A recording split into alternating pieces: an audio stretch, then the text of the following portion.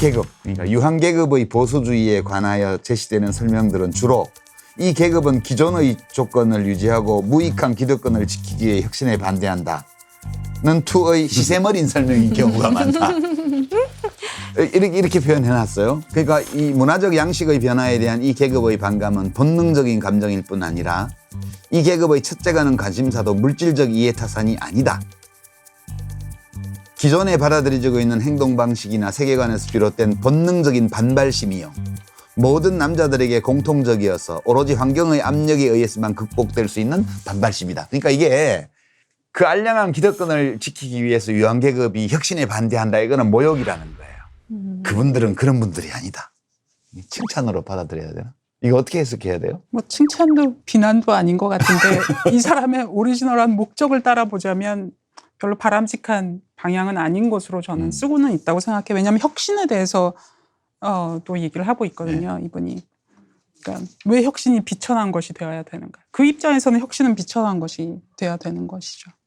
유한계급의 입장에서는. 그 기득권을 해치기 때문에 혁신을 비난하는 게 아니고 그것이 천박한 거기 때문에 그렇죠. 반대한다는 거죠. 예, 여기 뭐 상류 계급의 특징이 된 보수주의는 이제 품위 있는 예의로 여겨지고 반대로 하류 계급에서 나타나는 현상인 혁신은 비천한 것으로 취급받는다. 우리가 모든 사회개혁가들에 대해서 그런 본능적인 반발심과 적대감을 느끼는 첫째가는 요인이자 가장 무분별한 요인은 이처럼 혁신적인 것에는 본질적으로 비천한 성격이 깃들어 있다는 감각이다.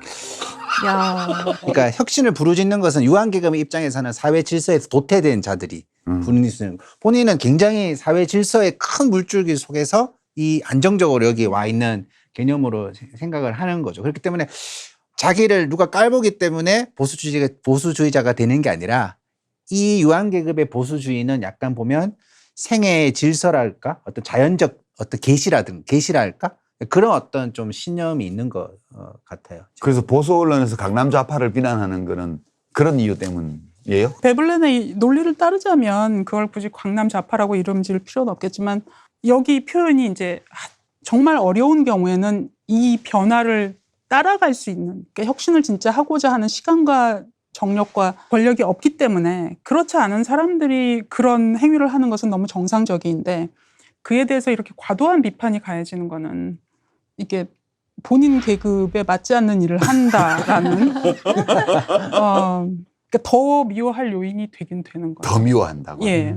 안 그래도 될 놈이 그런다고? 그렇죠. 저는 뭐 강남에 살지도 않지만 저는 약간 진보적인 생각이 더 좋다고 느껴지거든요. 이게 조금 더 우리 사회의 어두운 면을 개선할 수 있고.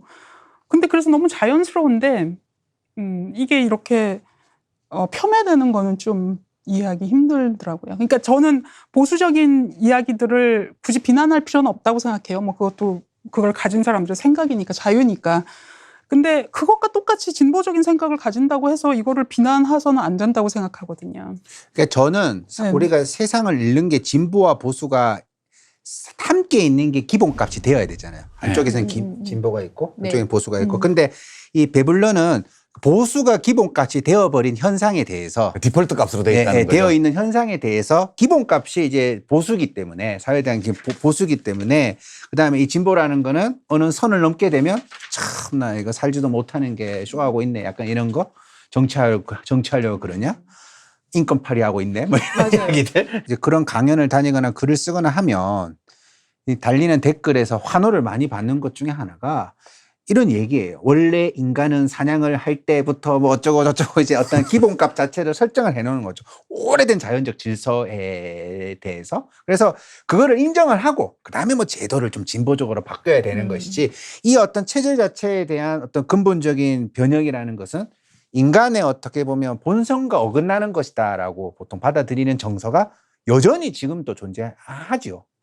저는 그런 측면을 어쩌다가 보수주의자가 하나의 기본값이 되어 있었을까? 이런 질문을 좀 던지고 있는 거예요. 근데 마르크스하고 베블렌이 되게 다른 점이 그 지점 아니에요? 그러니까 마르크스는 무상계급이 계급의식을 획득하고 그리고 그 계급의식을 자각하게 되면 계급을 폐지하는 혁명운동으로 나아갈 것이라고 본 반면 베블렌은 이 책에서 여러 군데에서 정말 무상계급 이른바 정말 힘들게 어렵게 살아가는 경제적으로 빈곤한 사람들은 보수적이라고 썼어요.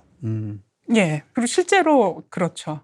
실제로 이제 계급 의식 분석 같은 걸 해보면 어떤 나라에서 이거는 정도의 차이는 있지만 일관되게 나타나는 현상인데 좀 정규적이거나 안정적이거나 조금 더 높은 임금을 받는 노동자들의 그 노동자 계급 의식이랄까 그게 조금 더 높게 나타나요. 그 이유는 그럼 베블레는 뭐라고 설명을 하나요? 여기 막 설명을 엄청나게 네. 많이 했거든요. 한번 영양 부족과 과도한 육체 노동 역시 진보의 기회를 봉쇄하고 불만을 진압함으로써 효과적으로 진보를 저지할 수 있다는 견해가 등장한다. 일체의 에너지를 일상적인 생존 투쟁에 쏟아부어야 하는 절대 빈곤자들은 내일을 생각할 여유조차 없기 때문에 보수적일 수밖에 없다. 동일한 맥락에서 부유한 사람들은 현재 상황에 불만을 거의 느끼지 못하기 때문에 보수적일 수밖에 없다. 민중의 궁핍과 발탈감이 모든 개혁을 가로막는 심각한 장애 요인이 될 수 있다는 논리는 이미 상식에 가깝다.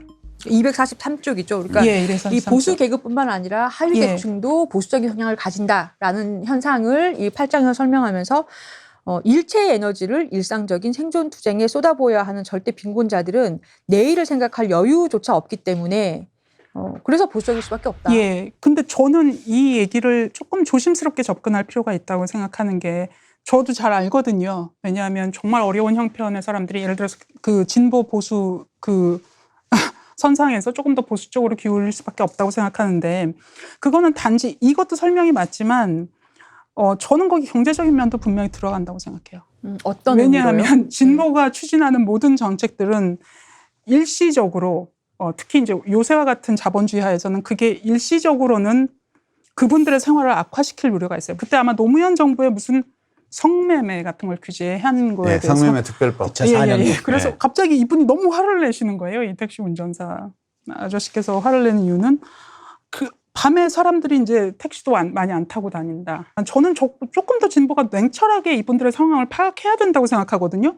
본인의 경제적 활동에 이렇게 피해를 주는 일이 그 당연히 옳은 일이라 하더라도 발생한다면 이분들의 생활을 도와줄 수 있는 일을 같이 하면서 본인들이 추구하는 정책을 내놔야 된다고 생각해요. 그런 면에서 좀 부족하지 않았나 하는 생각을 하고 있었어요.